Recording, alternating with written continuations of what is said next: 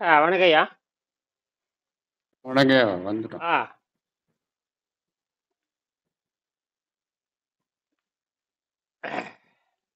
ஆறு.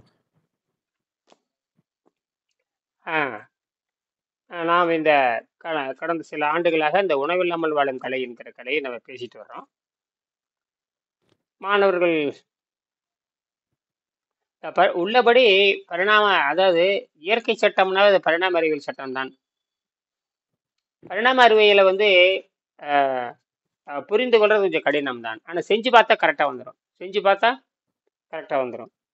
புரிந்து கொள்வது அதாவது வாலில்லா குரங்குன்னா நமக்கு எந்த வாலில்லா குரங்கு நமக்கு தெரியாது. அதனால நமக்கு எலும்பு வேணா இருக்கு. நம்ம 33 எலும்பு பின்னாடி முதுகுந்தண்டு பார்த்தீங்கன்னா 33 எலும்பு இருக்கும். 33வது எலும்பு பார்த்தீங்கன்னா அது வந்து அஹ், வால் வால் எலும்பு தான் அதை சொல்றாங்க. தமிழ்ல அது வால் எலும்பு. ஆங்கிலத்துல அதுக்கு ஒரு பேர் சொல்றாங்க, 33வது எலும்பு டைல் போன். இதெல்லாம் எச்சங்கள். இதெல்லாம் வந்து நமக்கு வந்து பல ஆயிரம் ஆண்டுகள் ஆயிடுச்சு. நமக்கு அறிவு கூர்மை வர வர வர சித்தர்கள் வந்துட்டாங்க. சித்தர்களை பத்தி ஆராய்ச்சி பண்ணாதனாலதான் இன்னும் அங்க பரிணாம அறிவியலை பத்தி உங்களுக்கு சந்தேகம் இருக்கு. நிறைய பேர் சித்தர்களை பத்தி ஒன்றும் தெரியாது. சித்தர்கள் பரிணாம அறிவியல்வாதிகள். இன்னும் நம்ம தமிழ்நாட்டுல சரி, சித்தர்கள் தான் அடுத்த நிலைக்கு போனவங்க. சித்தர்கள் வந்து அடுத்த நிலைக்கு போனவங்க.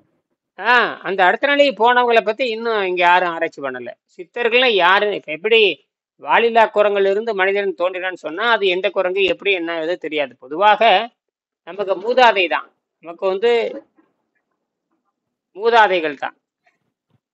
இந்த மூதாதைகளுக்கு பல்வேறு வகையான பிரச்சனை இருந்தாலும் கூட அறிவில் மூத்த சமூகம் அதுல இருந்து தான் மாறி வந்திருக்குது. ஏன்னா நம்ம நிறைய எச்சங்கள் இருக்கு, பரிணாம எச்சங்கள் நிறைய இருக்கு. அது கடைசியாக இன்னொரு எச்சம் சொல்றேன். இந்த ஒட்டுக்குடல்னு ஒரு எச்சம் இருக்குது, ஒட்டுக்குடல். அதுவே நீங்க புரிஞ்சுக்கலாம். அப்ப நம்ம பரிணாமத்திலிருந்து மாறி வந்திருக்கு. இப்போ ஒட்டுக்குடல் நமக்கே இருக்குது, விலங்குக்கு இருக்கு, குரங்குக்கும் இருக்கு. நாலுகால் பிராணிகளுக்கு உண்டு ஒட்டுக்குடல். இந்த ஒட்டுக்குடல் வந்து இந்த விலங்குகள் சாப்பிடுகின்ற பொழுது அந்த ஒட்டுக்குடல், அது அப்பெண்டிக்ஸ்ன்னு சொல்றாங்க, அப்பெண்டிக்ஸ் அப்படின்னு சொல்லுவாங்க. அது வந்து அந்த உணவுப் பொருளை சீரணிப்பதற்காக ஒரு நீர் சுரந்தது. அந்த நீர் சுரந்தது, அதுதான் அப்பெண்டிக்ஸ்ன்னு சொல்லுவாங்க. அப்ப விலங்குகளுக்கும் அது இருக்கிறது, நமக்கும் அது இருக்கு. பரிணாமத்தில் இதுதான் பிரச்சனை நமக்கு. இப்ப வாலில்லா குரங்குன்னு சொல்றோம் இல்லையா, எந்த வாலில்லா குரங்குன்னு கேட்கலாம். நம்ம விஷயத்துக்கு வரோம். ஆனா சித்தர்களை பற்றி ஆராய்ச்சி பண்ணவே இல்லை உலகத்துல. சித்தர்களை பத்தி ஒரு முழுமையான நூல்னு சொன்னா நமக்கு திருமந்திரம் ஒண்ணுதான். திருமந்திரமும் பதஞ்சலி யோக சூத்திரம் தான். அது தெளிவா இருக்கு, தத்துவத்தோடு இருக்கு. மற்றதெல்லாம் பார்த்தீங்கன்னா சித்தர்கள் பாடல் நிறைய இருக்கு. அது வேற. பரிணாம அறிவியல் அடிப்படையில் வயிற்றுல சுரக்கிற 8 நிலைகள் சொல்றாங்க. அந்த 8 நிலைகள், அந்த இயமம் நியமம், இதெல்லாம் வந்து ஒழுக்கங்கள், மனிதனுடைய ஒழுக்கங்கள். இதெல்லாம் விலங்குகளுக்கு வந்து மாறி வரப்ப அந்த ஒழுக்கங்கள். அந்த ஜீரண நீரை பற்றி தான் பேசுறாங்க. அந்த ஜீரண நீர் என்பது மனிதனை மரணம் உண்டாக்குகிறது. அப்ப இதை கண்டுபிடித்தவர்கள் சாதாரண அறிவு இல்ல, மேம்பட்ட உயிரினமா இருந்தா தான் அதை கண்டுபிடிக்க முடியும். தொடர்ந்து அது பயிற்சி பண்ணி ஏன் மரணம் வருதுன்னு கண்டுபிடிக்கிறது பெரிய விஷயமே. இப்ப மரணத்தை பத்தியே இன்னும் அறிவியல் தெளிவாக இல்லை. ஏன்னா சித்தர்கள் மரணத்தை பத்தி சொல்றாங்க. அந்த ஜீரண நீர், இந்த ஜீரண நீர் ஜீரண நீரை பத்தி தமிழர்கள் சித்தர்கள் மட்டும்தான் சொல்லுகிறார்கள், வேற எங்கேயுமே கிடையாது. அப்ப இது மேம்பட்ட உயிரினம். இதுக்கு நமக்கு வந்து 2002 வரைக்கும் நமக்கு ஆதாரம் இருக்கு. ஒரே ஒருத்தர் தான் விண்வெளி துறையில் ஆராய்ச்சி பண்ணாங்க. ஒரே ஒரு 130 நாள் விண்வெளி, அமெரிக்க விண்வெளி ஆராய்ச்சி மையத்தை சேர்ந்தவர்கள் இந்த ஹீரர் ரத்தர் மனேக் என்கிற மெக்கானிக்கல் இன்ஜினியரை நேரடியாக அருகில் வைத்து ஆய்வு பண்ணார்கள். அவங்க வந்து உணவு கட்டுப்பாட்டில் இருக்கிறார் என்பதை உறுதி செஞ்சாங்க. இது உணவு கட்டுப்பாடு தான், வேற ஒண்ணுமே கிடையாது. என்னது? உணவு கட்டுப்பாடு தான், வேற ஒண்ணுமே கிடையாது. ஏன் உணவு கட்டுப்பாட்டுக்கு வரணும்னு கேட்டீங்கன்னா, ஏன் உணவு கட்டுப்பாட்டுக்கு வரணும்னா இயற்கையாகவே சக்தி வந்துகிட்டு இருக்குது, அதுதான் விஷயமே. என்னது? இயற்கையாகவே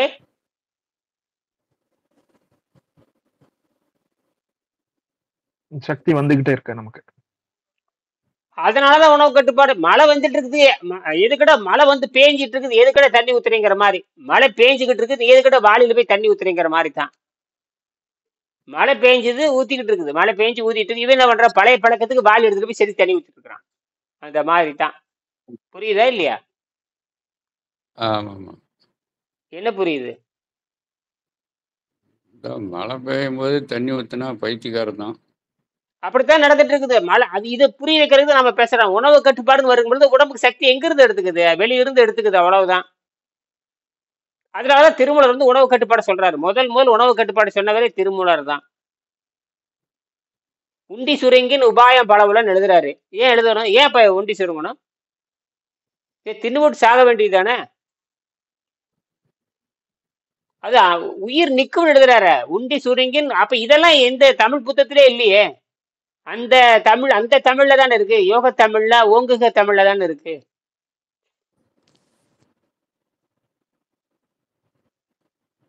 ஆனா உண்ணாமல் இருக்கிற தத்துவத்தை பத்தி அங்கே இருந்து புறநானூற்றுல வருது, அகநானூற்றுல வருது.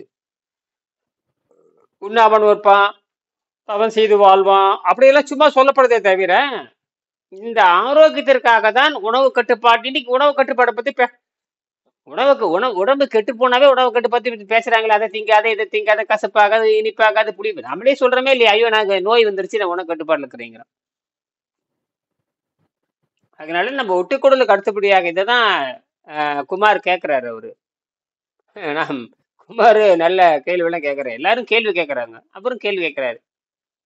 ஆக இந்த பரிணாம அறிவியல் இதுதான் இயற்கை தேர்வு முறை. அப்ப ஆராய்ச்சி பண்ணி அந்த வயிற்றுல சுரக்கிற நீர் தான். அந்த நீர் வந்து சுரந்தாலே எல்லா நோய்களும் உண்டாகும். இதுதான் விலங்குக்கு அடுத்தபடியாக இருக்கிற மனிதன். விலங்குகளுக்கு அடுத்தபடியாக இருக்கிற நாம் என்ன செய்யறோம்னா, அந்த ஒட்டுக்குடலுக்கு அடுத்தபடியாக நமக்கு வயிற்றுல சுரக்கிற இறப்பில சுரக்கிற இறப்பை நீர், அவ்வளவுதான். இந்த இறப்பை நீர் அவ்வளவுதான். நம்ம தமிழ்ல சொன்னா அதே கொஞ்சம் பிரிச்சு சொல்றாங்க. அது வந்து இவ்வளவு நச்சுத்தன்மை உடையதுங்கிறாங்க, கடுமையான வீரியமிக்க முடியுதுங்கிறாங்க, அது மனிதனே அழிக்கக்கூடியதுங்கிறாங்க. அதுலயும் சொல்றான். என்ன ஒரு ஆச்சரியம் கேட்டீங்கன்னா, கீரை காய் கனி சாப்பிட்டா அந்த வீரியம் அது வந்து சமப்படுத்திக்குதுங்கிறான். தேனு சர்க்கரை இந்த மாதிரி இயற்கை தயாரிக்கப்பட்ட உணவு சாப்பிட்டோம்னா பெரும்பாலும் நோய் உண்டாகிறது இல்லை. அது வந்து அதை விஷத்தை இழுத்துட்டு போகுது. அது ஆங்கிலத்துல பச்சை உணவுகள், அது கிரீன் ஃபுட்டு, பச்சை உணவுகள், ஆக்சிடேஷன், ஆன்டி ஆக்சிடேஷன், இப்படிலாம் என்னமோ சொல்றான். அதெல்லாம் இருக்கட்டும். ஆனால் இதுக்கு பேரு சளி குறைந்த உணவு, அவ்வளவுதான், வேற ஒண்ணும் இல்லை.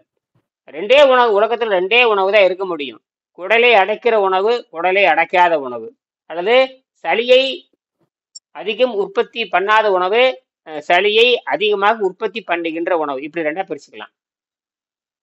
இப்ப நாம பேசுறது என்னன்னு கேட்டீங்கன்னா, சளியை அதிகம் உற்பத்தி பண்ணாத உணவை கொஞ்சம் சுவையா சாப்பிட்டுருந்தா சரியா ஏமாத்திடலாம், மனதை இப்ப நம்ம எதுக்கு வந்து காய்கறிக்கு ஆரம்பத்துல இப்ப காய்கறியை வேக வைத்து ஏன் வந்து நம்ம வேக வைத்த காய்கறி சாப்பிட சொல்றோம்? நாம தெளிவா சொல்றோம், வேக வைத்த காய்கறிகள் வேக வைத்து, அப்படிதான் சொல்றேன். இங்க காய்கறி பச்சையா திண்டி எங்க சொல்லவே இல்லை. ஏன் வாழைப்பழத்தை கூட நம்ம சொல்லல. நமக்கு ஏன்னா இறப்பிக்கு வேலை கொடுக்க கூடாது. ரெண்டாவது கணையம் கல்லீர் எடுத்தோடனே கணையம் கல்லீருக்கு வேலை கிடையாது. நாம வந்து சிறுசுல இருந்து கணையம் கல்லீருக்கு வேலை கொடுத்து கொடுத்து கொடுத்து திங்கிறது பூரா என்னதான், மாவு தான். மாவு வந்து கடுமையான மூலக்கூறு உடையது. அந்த கடுமையான மூலக்கூறை வந்து செரிப்பதற்கு பித்த நீரும் கணை நீரும் வந்தாகணும். இறப்பை நீர் போக இந்த நீரெல்லாம் வந்தாகணும். அது இறப்பையை சீரமான பண்ணி கீழே அனுப்புது. சீர்குடல், அப்புறம் சீர்குடல் போய் பெருங்குடல், அப்புறம் அதெல்லாம் வந்து சேர்ந்து மீண்டும் சீர்குடல விஷம் உண்டாகி கடைசியில பெருங்குடல் அந்த விஷம் உண்டாகி போகுது. பித்த நீர் சேர்ந்துட்டாவே நாத்தம், பயங்கர நாத்தம் அடிக்கும்.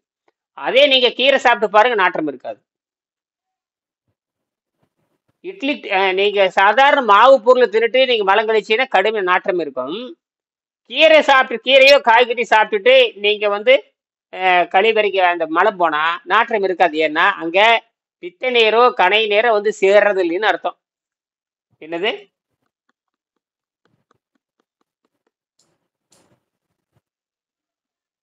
என்ன பொருள்? இதுதான். அப்படின்னா பரிணாமத்தில் கண்டுபிடிச்சிட்டாங்க. இதான் இயற்கை தேர்வு முறை. யாரு? உள்ளே நினைச்சு நினைச்சு நினைச்சு நினைச்சு உள்ளே நடக்கிற பிரச்சனையை கண்டுபிடிக்கிறாங்க. நமக்கு வந்து மனம் தான் அடிப்படை. விலங்குகளுக்கு உடல் தான் அடிப்படை. விலங்குகளுக்கு உடல் அடிப்படை, நமக்கு மனம் அடிப்படை. மனமும் உள்ளதா இருக்குது, மனமும் உள்ளதா இருக்கு. உள்ளேயும் இருக்கு, அது வெளியும் இருக்கு. ஆரம்பத்துல இப்ப முதல்ல வச்சுக்கலாம், உள்ளேயும் இருக்கும் வெளியும் இருக்கு. அதுல ரெண்டு ரெண்டு ரெண்டு தன்மை. உள்ளே இருக்குதுன்னு நிரூபிக்க முடியாது, வெளியே இருக்குதுன்னு நிரூபிக்க முடியாது. அது ஒரு பிரச்சனை இருக்குது. அது அப்படியே இருந்துட்டு போட்டு நம்ம தப்பிக்கிற வழியை பார்ப்போம். சரியா? பசித்தாகத்தை கட்டுப்படுத்த முடியும். விரும்பினா புரோட்டா தின்னுக்கலாம். இது என்ன இருக்குது, பெரிய விஷயம் இருக்கு? அப்படித்தான் கேசவன். பசித்தாகத்தை கட்டுப்படுத்திக்கோ. இது என்னத்த போய் இந்த இயற்கை உணவை பத்தி இயற்கை உணவை பத்தி பேசி யாரு என்ன இயற்கை உணவு சாப்பிட்டு எத்தனை 1000 வந்துருக்கு? ஒரு பையனும் வாழ்ந்ததாக எனக்கு தெரியல. அது பேசி பெரியாரே வந்து பிரியாணி தின்னுட்டு 95 அவர் பிரியாணி கண்டபடி தின்னுட்டு அவரே 95 வயசு உயிரோடு வாழ்ந்தாரு. அதுக்கு அவர் பரவாயில்ல தெரியுது. இந்த இயற்கை உணவு தின்னு போட்டு நோயில செத்த அந்தால ஏதோ புரட்சியாவது பண்ணிட்டு இறைச்சியெல்லாம் தின்னுட்டு 95 வயசு வரைக்கும் இருந்து அந்தால் பரவாயில்ல தெரியுது. நான் என்ன நம்மளை விட அவர் கிழிச்சிட்டு போயிட்டாரு, நல்லா கிழிச்சு விட்டாரு. இந்த இயற்கை உணவை பத்தியே பேசிட்டு ஓடி. இங்க இயற்கை உணவே கிடையாது, சுத்தம் தான் இங்க. இதுல வேற இயற்கை உணவு, அந்த உணவு இந்த அது ஒண்ணு கவுனி அரிசி சாப்பிடு, மாப்பிள்ளை சம்பா சாப்பிடுன்னு இந்த கதை ஓடிட்டு இருக்குது. எங்க கவுனி அரிசி மாப்பிள்ளை சம்பா? இருக்க 40 ரூபாய்க்கு வாங்கி திங்க முடியல, அது வேற 100 ரூபாய்க்கு வாங்கி திங்க சொல்றாங்க. இதை அது சமையல் பண்றதுக்கு இன்னொரு ஆளை வேற போடணும். இதுல என்ன நடக்குது? இதை இருந்துட்டு போ. நம்ம உணவை பத்தி இங்க பேசக்கூடாது, ஏன்னா நமக்கு அது தேவையில்லை. அதனால இத பரிணாம அறிவியல் அடிப்படையில் இப்ப நம்ம கேட்கிற கேள்வி பரிணாம அறிவியல் தான். நம்ம முதல் பாடமே எவல்யூஷன் சயின்ஸ், முதல் பாடமே பரிணாம அறிவியல். 7ஆம் அறிவு அதான் விஷயமே. திருவள்ளுவரே 7ஆம் அறிவை பத்தி பேசுறாரு. அவர் 7 தான் போட்டிருப்பாரு. அவரு சுருங்க சொல்லி அதை சுருங்க சொல்லி விளங்க வைத்தல் வந்து வள்ளுவர் தான். வள்ளுவருக்கு நிகர் வள்ளுவர் தான். அவர் தான் வந்து உலகத்தில் முதல் முறையாக 7 சொற்கள்ல வெண்பா எழுதுனது உலகத்தில் அவர் தான். இலக்கண விதிவே ஒட்டச்சி எழுதினாரு. இலக்கண விதிவே உடைச்சாரு. 15 சொற்களை வச்சுதான் எழுதுவாங்க எல்லா புலவர்களும். 15 சொற்கள் அடிப்படை. குறள் வெண்பா அப்படின்னு ஒரு புதிய கண்டுபிடிப்பை கொண்டு வர்றாரு. குறள் வெண்பாங்கிறது இவர் கண்டுபிடிச்சதுதான். நான் வந்து என்ன பண்ணியிருக்கேன்னு கேட்டீங்கன்னா, நீர் உணவு முறை அப்படிங்கறத நான் நீர் மருத்துவம் மாத்திட்டேன், அவ்வளவுதான். உணவுக்கு பதில் மருத்துவம்னு போட்டு விட்டேன். அதனாலதான் எல்லாத்துக்கும் நோய் நல்லா ஆகுது. ஏன்னா நீர் மருத்துவங்கிறது இந்தியாவில எங்கேயும் கிடையாது, தமிழ்நாட்டில் எங்கேயும் கிடையாது. நீர் உணவுன்னு கூட எங்கேயும் நேரடியாக எழுதப்படலை, எங்கேயுமே எழுதப்படலை. நான் கூட காலையில் கூட பல காணொலி பார்த்தேன், நேற்று 2 நாள்ல பார்த்தேன். இயற்கை உணவை பத்தி பேசுறவங்க பாத்தீங்கன்னா உளறி கொட்டுறாங்க எல்லாருமே. உளறாங்க. ஒருத்தர் கூட தண்ணீர் வெயில் காலத்துக்கு தண்ணீர் குடின்னு சொல்ல, வெயில் காலத்துக்கு தர்பூசணி சாப்பிடு, வெள்ளரிப்பழம் சாப்பிட சொல்ற முண்டங்களை 10 பைசா செலவில்லாம தண்ணீரை வந்து ஒரு பாட்டில 10ஆ பிரிச்சு குடின்னு எவனுமே சொல்லல. தர்பூசணி சாறு சாப்பிடு, இளநீ சாப்பிடு, புண்ணாக்கு சாப்பிடு, புடலங்க சாப்பிடு, கரைச்சி குடின்னு சொல்றாரு. அறிவட்ட முண்டாங்களா தண்ணீரை ஒரு நாளைக்கு 1.5 லிட்டர் குடிங்கடான்னு எவனுமே சொல்ல, பிரிச்சு குடின்னு சொல்லணும். அது என்ன இளநீ குடிக்கிறதுன்னு? இப்ப நீர்மோர் பந்தல்லாம் வெறுமனே தண்ணீர் கொடுத்தா போதுமானது. நீர்மோர் பந்தல் வச்சிருக்கேன். எதுக்கு நீர்மோர் பந்தல்? பேசும் தண்ணி பந்தல் வச்சிருப்போம். அந்த காலத்துல தண்ணி பந்தல் இருந்தது. அந்த காலத்தை நான் சொல்றது 70 ஆண்டுக்கு முன்னாடி பாத்தீங்கன்னா தண்ணி பந்தல் சொல்லி ஒரு பானையில மேல வச்சிருவாங்க, மணல் வச்சு பானை வச்சு தண்ணி வச்சிருவாங்க மரத்துக்கடியில். அது போல தண்ணீர் பந்தல் ஊர் பேரே இருந்தது, தண்ணீர் பந்தல் புதூர்னு சொல்லுவாங்க. தண்ணீர் பந்தல் பாளையம், தண்ணீர் பந்தல். அந்த காலத்துல வழிபோக்கல் நடந்து போகின்ற பொழுது தாகம் தீர்ப்பதற்காக பெரிய மண்பானை வச்சு மணலை வச்சு வேடு கட்டி மேலே வச்சுட்டு போயிடுவாங்க. வெறும் தண்ணி தான் இருக்கு, வேற ஒண்ணும் இருக்காது. என்னது?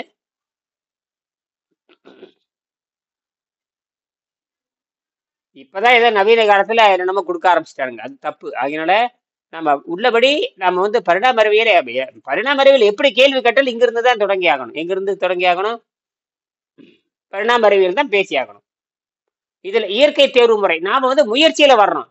இப்ப சித்தர்கள் வந்து இயற்கை, ஒரு நான் காலையில சொன்ன மாங்காய் மரம், இப்ப மாங்காய் மரம், தேங்காய் மரம், கோடிக்கணக்கான மரம் இருக்கு.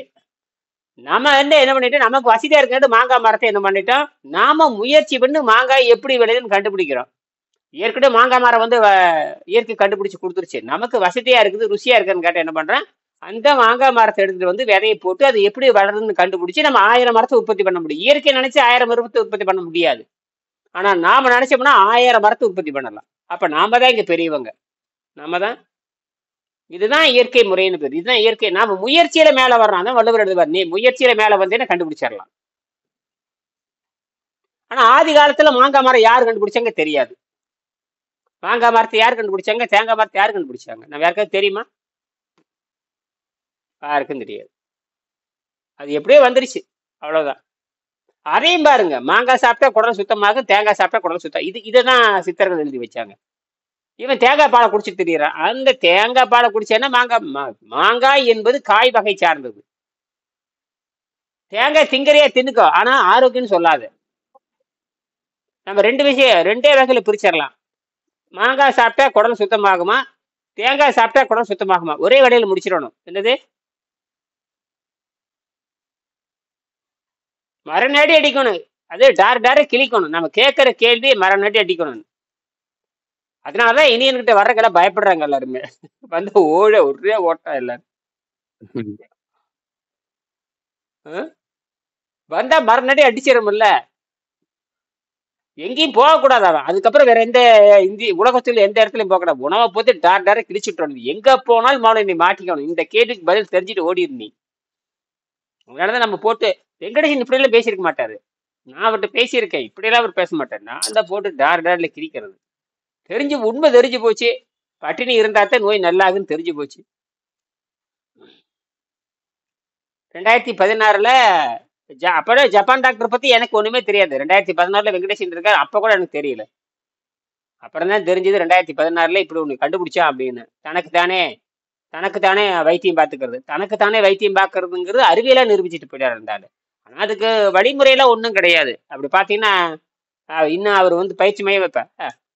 ஒரு மருத்துவர்னா அதுக்கான மருத்துவமனை கட்டி பயிற்சி கொடுக்குறாரு. இப்போ ஓசிமை வந்து ஆட்டோபேகி மருத்துவமனை எங்கேயாவது இருக்கா உலகத்துல? அப்படி இல்லவே இல்லையே. ஆட்டோபேகி மருத்துவமனை ஒன்று தொடங்கலாம் இல்ல. ஜப்பான்ல கூட ஆட்டோபேகி ஹாஸ்பிட்டல் ஒன்று போடலாம் இல்லை? நேச்சுரோபதிங்கிற மாதிரி ஆட்டோபேகி ஹாஸ்பிட்டல் எங்கேயாவது இருக்குன்னு போட்டு பாருங்க. ஆட்டோபேகி ஹாஸ்பிட்டல் இன் ஜப்பான் போட்டு பாருங்க, நிச்சயமா வராது. போட்டு பாருங்க, வருதான்னு பாருங்க. ஆட்டோபேகி ஹாஸ்பிட்டல் இன் ஜப்பான்ல போட்டு பாருங்க, எதோ வருதான்னு பாருங்க. நிச்சயமா எனக்கு வர்ற மாதிரி தெரியல. ஏன்னா இவர் தானே கண்டுபிடிச்சாரு. நேச்சுரோபதி ஹாஸ்பிட்டல் இருக்குது, அலோபதி ஹாஸ்பிட்டல் இருக்குது. Autophagy hospital in Tamil Nadu, autophagy hospital in வேர்ல்டுன்னு போட்டு பாருங்க, எனக்கு வர்ற மாதிரி தெரியல. ஆட்டோபேகி பட்டு வருமே தவிர ஆட்டோபேகி அடிப்படை வைத்துக் கொண்டு பயிற்சி கொடுக்குற எங்காவது இருக்கான்னு பாருங்க, வரவே வராது.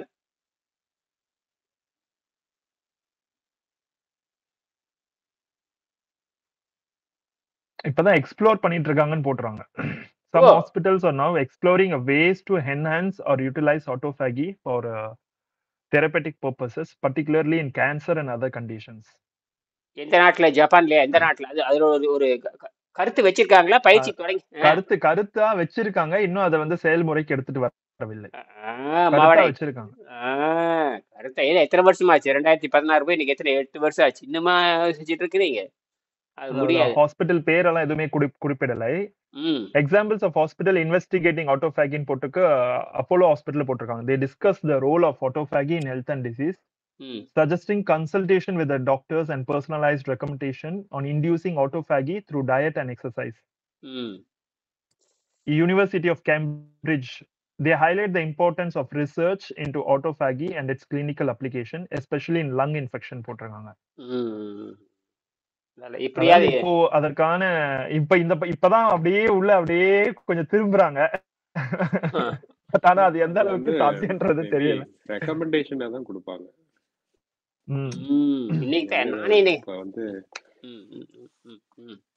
எப்படின்னா இப்போ வந்து சொல்லுவாங்கல்ல, நீங்க வந்து அது சாப்பிடாதீங்க இது சாப்பிடாதீங்கன்னு சொல்ற மாதிரி ஒரு ரெக்கமெண்டேஷன்ஸ் தான் கொடுப்பாங்க. யாருக்கும் செய்ய தெரியாது, சும்மா அப்படி சொல்லிட்டு போவானுங்க. எவனுக்கு தெரியாது இல்ல, எப்படி தொடங்குறது எப்படி முடிக்கிறதுன்னு தெரிய மாட்டிக்குவாங்க.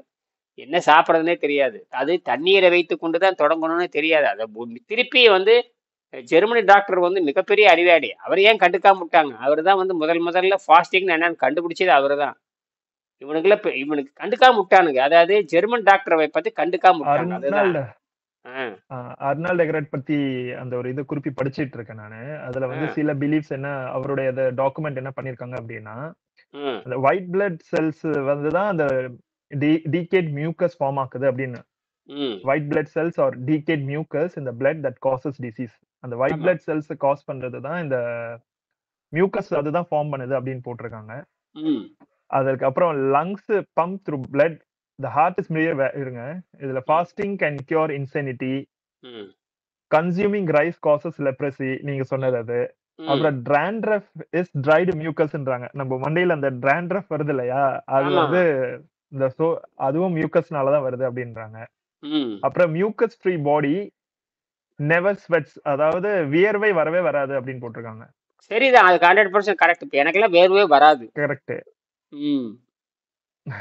அப்புறம் gonorrhea is cured by eating mucus, is caused by eating mucus food அப்படின்றாங்க. gonorrhea அப்படின்றது வந்து ஒரு sexually transmitted disease. ஆமா, அது நோய் தான். அது வந்து அந்த சளி மிகுந்த உணவு சாப்பிடுறதுனால அது பரவுது அப்படின்னு போட்டிருக்காங்க. பட் ஆனா இது எல்லாமே பாத்தீங்கன்னா இப்ப இருக்கிற சயின்டிஸ்ட் யாருமே இதை பிலீவ் பண்ற மாதிரி தெரியல. எவராட் நான் சயின்டிபிக் பிலீவ்ஸ் அப்படின்னு தான் போட்டிருக்காங்க. Documented by Butler trainers such as போட்டுருக்காங்க. ஆனா அது யாருமே இப்ப இருக்கிற இவங்க யாருமே அதை ஏன்னா அவங்களோட வியாபாரம் போயிடும்ல இதெல்லாம். அதான் எனக்கு புரியுது. இப்ப நம்ம இத்தனை மாசமா எங்க ஏன்னா பழக்கத்துல கை வைக்கிறாங்க, வேற ஒன்றும் இல்ல. உணவு பழக்கத்துல கை வைக்கிறது, உணவு பழக்கத்துல வேற ஒன்றும் இல்ல. நீ வந்து உணவு பழக்கத்துல கை வைக்கிற, நீ வந்து சாராயம் குடிக்க வேண்டாம், பீடி குடிக்க வேண்டாம், சோறு திங்க வேண்டாம், அதாவது உன்னோட பழக்கத்திலே கை வைக்கிறது. அறியாமையை போக்குவதற்கான பழக்கம். நீ உணவு பழக்கங்கள் ஒன்று அறியாமை தான். உணவு பழக்கம் என்பது அறியாமை, அவ்வளவுதான். என்னது முக்கியமான இன்னொரு பாயிண்ட் போட்டிருக்காங்க. Mental illness is a result of gas pressure on the brain from a mucus decay அப்படின்னு போட்டிருக்காங்க. மென்டல் இல்னஸ், அது மென்டல் இல்னஸ்ல இருந்து அந்த மனச்சிதைவு அப்படின்றது அந்த கேஸோட பிரஷர், நம்மள மியூக்கஸ் அந்த சளி மிகுந்த சளி அந்த உணவை சாப்பிட்டா அதுதான் அந்த கேஸ் பிரஷரா ரிலீஸ் ஆகுதுன்றாங்க மண்டையில அவரு. அதுதான் மென்டல் இல்னஸா உருவாகுது அப்படின்னு. அதனாலதான் அவர் எழுதியிருக்காரு. என்ன எழுதியிருக்காருன்னா, டோட்டல் மென்டல், அது என்ன சொல்றாரு, rejuvenate the brain and spinal centre அப்படின்னு எழுதுறாரு. அவர் தான் அந்த மூளைக்கும் என்ன சொல்றாரு, rejuvenate the brain and spinal centre என்ன சொல்றாரு, rational fasting for physical mental and ஸ்பிரிச்சுவல்ங்கிற போடுறாரு இல்லையா. நம்ம ஏற்கனவே இந்த 3 உடல் சொல்றோம் இல்லையா, 3 உடல். அதாவது உடல் அப்படின்னா என்ன புரிஞ்சுக்கணும், இந்த சாதம் சாப்பிடுறதுனால அந்த மென்டல் இல்னஸ் வருது, அந்த சோறு சாப்பிடுறதுனால அந்த சோகை உண்டாகும் போதுதான் அப்ப இந்த மென்டல் இல்னஸ் நமக்கு வருது. தெளிவாதான் இருக்கும். பித்தவாயு, அதாவது என்ன சொல்றாங்கன்னா பித்தவாயுன்னு சொல்லுவாங்க. பித்தம் தலைக்கு ஏறிச்சுன்னா பைத்தியம் பிடிக்கும், அதுதான் விஷயமே. அதனாலதான் என்ன பண்ணாங்கன்னா பழங்கால தமிழர்கள் உணவை இரவில் ஊற போட்டுருவாங்க. ஊற போட்டு அந்த மந்தவாய் வெளியேற்றிடுவாங்க. இந்த வாயை மந்தவாய் வெளியேற்றிடுவாங்க. 2 உப்புக்கள் போடுவாங்க, பச்சை மிளகாய் போடுவாங்க, வெங்காயம் போடுவாங்க, கருவேப்பிலை போட்டு விட்டுருவாங்க. போட்டுவிட்டு வெங்காயத்தை கட்டாயம் போட்டுருவாங்க. வெங்காயம் இதெல்லாம் எப்படியோ கண்டுபிடிச்சிட்டாங்க அவங்க. இதெல்லாம் பூண்டுங்கிறது பூமிக்குள்ள இருந்து ஒரு கிழங்கு தான். வெங்காயம் ஒரு கிழங்கு, ஒரு வெஜிடபிள் கிழங்கு. அது வெங்காயம் வந்து பேருதே வெங்காயம், வெஜிடபிள் சாராதது, அது பூண்டு வகை சார்ந்தது. வெங்காயம், இந்த பூண்டு இதெல்லாம் வந்து ஒரு வகையான இது மாதிரி காய் வகை சாராது. நம்ம வெங்காயம்னு சொல்லி பழகிட்டோம், வெஜிடபிளை சேர்த்தியாச்சு. ஆனால் அது பூண்டு வகை, கேர்லிக் மாதிரி, ஆனியன்.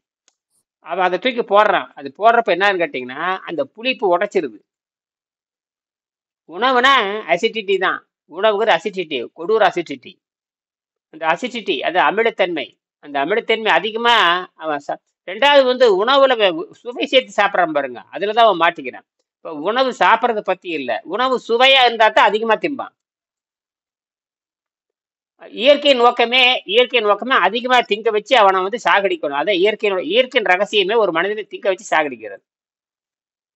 உணவை குறைச்சிட்டான்னா அவன் இயற்கைக்கு எஜமானா மாறிடுறான். நீ உணவை தின்னா இயற்கை நீ அடிமையாக. நான் வந்து இயற்கைக்கு நம்ம எஜமானா மாறணும், இயற்கை நாம வழிநடத்துறதா மாறணும். என்னது, உணவை நீ குறைச்சிட்டீங்கன்னாவே நீ சொல்றது இயற்கை கேட்கும். உணவை தின்னா இயற்கை சொல்றது நீ கேட்கணும். அது சாவடிக்குது. அது இப்ப நாம என்ன பண்றோம் தெரியுமா, இயற்கை நாம வேலை வாங்குறேன், கிட்ட வராத போ, ஓரமா போ, அது சாவுல இருந்து ஓடிடுது. ஒன்றும் இல்லை, சாப்பிட்டு இருந்து ஓடிடுறது, நீ இஷ்டத்துக்கு இருந்துக்கோ, நம்ம ஒன்றும் பண்றது இல்லைல்ல. இதுதான் விஷயம், வேற ஒன்றும் கிடையாது. ஆக நம்ம உள்ளபடி இயற்கை சட்டத்தை நம்ம நோக்கமே வந்து இயற்கை சட்டத்தை புரியறது தான். நீ என்ன படிச்சாலும் ஒன்றும் வேலைக்கு ஆகாது. நீ அறிவின் வலிமையால் அறிவின் வலிமையால் 7ஆம் அறிவை எட்டி பிடிக்கின்ற யோகிகள் இயற்கையாகவே தோன்றினார்கள். நாம் என்ன பண்றோம், முயற்சியால் மேல வர்றோம், அவ்வளவுதான். நம்ம தான் ஜெயிப்போம், நம்ம தான் பரப்ப முடியும், மற்ற யாரும் பரப்ப முடியாது. திருவள்ளுவர் வந்து பரப்ப முடியாது, நாம தான் பரப்ப முடியும். நாம தான் உட்காந்து அடிக்கணும் இருக்க. திருவள்ளுவர் வந்து 100 வாரம் போய் சொல்லிட்டு இருந்தாரா? இப்ப நாம ஒரு வீடியோ வச்சு உலகமெல்லாம் சொல்லிட்டு இருக்கிறோம்ல, நம்ம தான் கிங்கு அங்க. இப்ப அவரை விட நம்ம மூத்த அறிவாளிகளா மாறிட்டான். அவங்க சொன்னதை ஒரு படிமே, அவங்க சொன்னதை வந்து ஊன்றுகோலை வச்சு மேல போறோம். நாம கண்டுபிடிப்பாளர் கிடையாது, விளையாட்டு மைதானம் போட்டாச்சு, நம்ம விளையாடுறோம், அவ்வளவுதான். அப்ப விளையாடுறவனுக்கு தான் மதிப்பு, விளையாட்டு மைதானத்துக்கு மதிப்பு இல்லை. யாரு விளையாட்டு கோல் போறான்னு அவனுக்கு தான் மதிப்பு. கிரவுண்டு நல்லா இருக்குன்னு யாரும் பரிசு கொடுக்க மாட்டாங்க, அதுல விளையாடுறவனுக்கு தான் பரிசு. நம்ம விளையாடுறோம்ல, நமக்கு தான் பரிசு. இந்த மாதிரி திருவள்ளுவருடைய கொள்கையை நடைமுறைப்படுத்துகின்ற பொழுது நாம வந்து நமக்கு பரிசு கிடைக்குது. அதுதான். அப்ப எங்க இருந்து கத்துக்கிட்ட? அப்ப சொல்லலாம், இந்த விளையாட்டு மைதானத்துல விளையாண்டேன், இந்த திருக்குறளை படித்தேன், அப்பதான் திருவள்ளுவர் யாருன்னு தெரியும். அந்த அடிப்படையில் நம்ம பேசணும். இதுதான் நோயற்ற வாழ்வாக உள்ளபடி பரிணாம அறிவியல் புரிது, எல்லாமே பரிணாம அறிவியல் தான். ஏன்னா வளர்ச்சி, தமிழ்ல ஓங்குன்னு சொல்லி வச்சிருக்கான். ஓம்னு கண்டுபிடிச்சதே பெரிய விஷயமே. ஓம் அப்படின்னாவே ஓங்குகான்னு அர்த்தம். ஓங்குகானா வளர்தல்னு அர்த்தம். எங்க இருந்து வளர்ந்தீங்க? என்ன வளர்ச்சின்னா என்ன வளர்ச்சி? சும்மா ஓம் ஓம் ஓம் சத்த போட்ட ஓங்குகான்னு அர்த்தம். வளர்க வளர்க வளர்க. அப்ப எங்க இருந்து வளர்க? சிறுசுல இருந்து வளர்கன்னா சிறுசுல இருந்து பெருசாகிறதுன்னு அர்த்தம். நல்லா வளர்ந்துட்டேன்னு அர்த்தம். சின்னதா இருந்தா அப்புறம் வளர்ந்துட்டான். 4 வருஷத்துக்கு முன்னாடி சிறுசா இருந்தா இப்ப 4 வருஷம் பெருசாயிட்டான். அதே தான். அப்ப இப்படியே போயிட்டே இருந்தா 500 மில்லியன் ஆண்டுக்கு முன்னாடி போனீங்கன்னா சிங்கிள் செல் பாக்டீரியா வரைக்கும் போய் நிற்கும், ஒற்றை செல் உயிரினத்துக்கு போய் நிற்கும். அங்க இருந்து நீ என்ன பண்ணிருக்க? 1 2 3 4 5 6 வந்தாச்சு. இந்த 6 வரைக்கும் முயற்சி தேவையில்லை, 7க்கு தான் முயற்சி தேவை. இங்கதான் மாட்டிக்கிட்டாங்க எல்லாருமே. 6 வரைக்கும் முயற்சி தேவையில்லை, 7 வரும் பொழுது பழக்கத்தில் மாட்டிக்கிறோம். கடைசியில குடும்பத்திலிருந்து நம்ம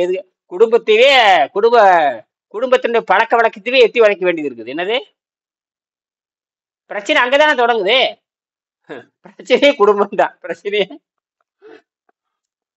அங்க கை வைக்கணும் நீங்க.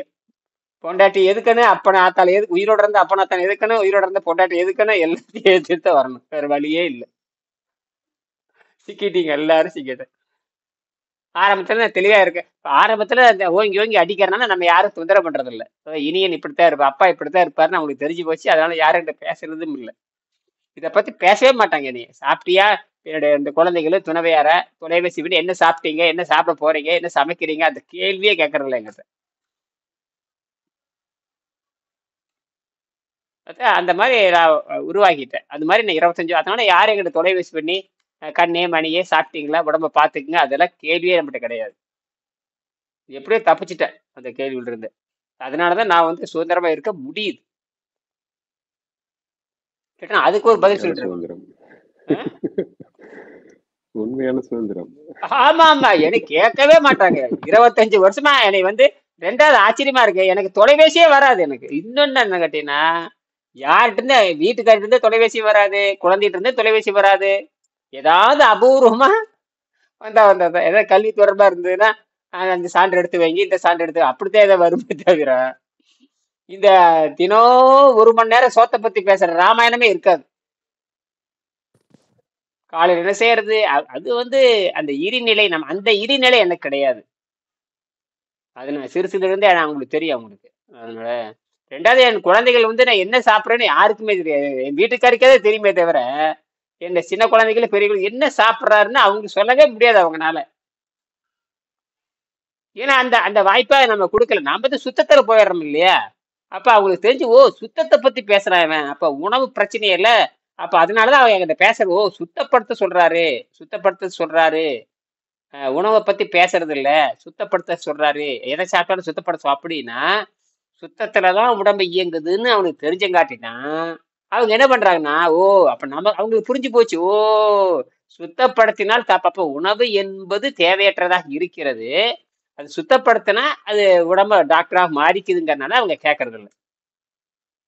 இல்லைன்னா தொலைச்சி எடுத்துருவாங்க நம்மள. இது இப்ப எனக்கு நேரம் சக்கரை நோய் வந்திருக்கணும் இல்ல 66 வயசுக்கு.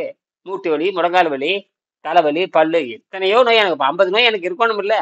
கையில அப்படியே மாத்திரை வச்சுக்கிட்டு அப்படியே லொலன்னு பேசிட்டு அப்படியே யாராவது என்னை கூட்டிட்டு போங்க, என்னை யாரும் பார்க்க வரலைன்னு சத்தம் போட்டுல இருப்பேன் நானு. இது வேற. என்னை யாரும் அப்படிலாம் எனக்கு எதுவுமே கிடையாது.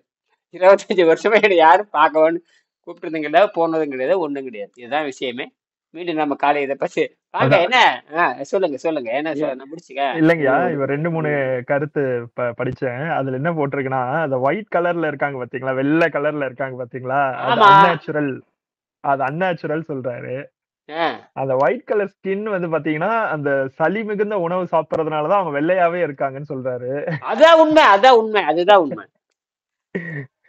அப்புறம் பாத்தீங்கன்னா லைக் வந்து நம்ம கிளீன் பண்ண பிறகு பாத்தீங்கன்னா பாடியில வந்து எலக்ட்ரோ மேக்னெட்டிக் ரேடியேஷன் சென்ட் ஆகுது அப்படின்னு போட்டிருக்காரு.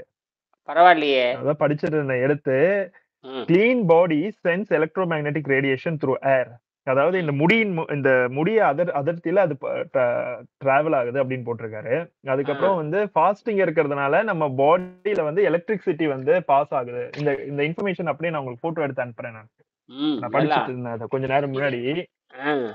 இந்த ஒரு 4-5 இன்ஃபர்மேஷன் அவர் போட்டிருக்காரு. எர்ஹார்டோட தியரியில இது ஃபுல்லாமே வருது. பாருங்க 120 வருஷத்துக்கு இந்த செய்தி பேசுறது சாதாரண விஷயம் போட்டிருக்காரு. எனக்கு அதுதான் பாத்துட்டு இருக்கேன் நான் இப்ப பேசுறது கரெக்ட் தான். 120 ஆண்டுக்குள்ள சிந்திச்சிருக்காருன்னா பயங்கரமான. அப்பயே 120 வருஷம் முன்னாடியே போட்டிருக்காரு. அதுவும் இது எல்லாமே பாத்தீங்கன்னா நம்மளுடைய சித்தர்களுடைய கொள்கை மாதிரி எடுத்து போட்டு வச்சிருக்காரு எல்லாத்தையும். ஆனா இந்த உலகத்துல யாருமே அதை அக்செப்ட் பண்ணிக்கவே இல்ல. ஆனா பார்த்தோம்னா அவர் அவ்வளவு கிளைம் பண்ணி வச்சிருக்காரு. எக்கச்சக்கம் எழுதி விட்டு போட்டாரு பாருங்களேன். அப்பெல்லாம் அறிவியலே வளரலைங்க. எதுவுமே கண்டுபிடிக்க, விமானமே கூட கண்டுபிடிக்க முடியல. 1860 1903 1904 தான் விமானமே வருது.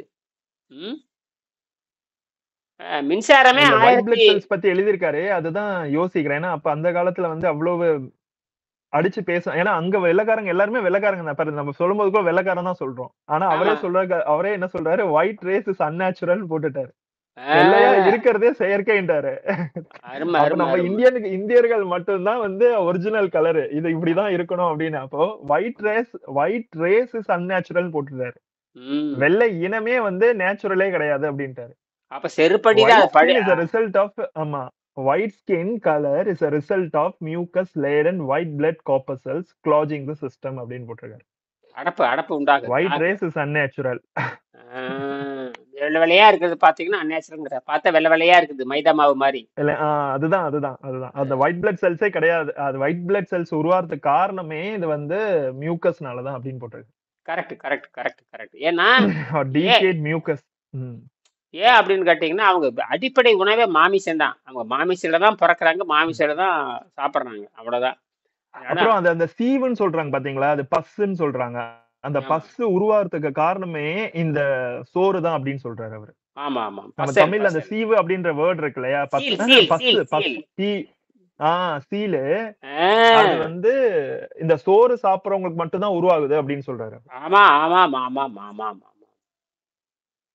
அது நீங்க சிறுநீர் ஆய்வு பண்றப்ப வெஜிடபிள்ஸ்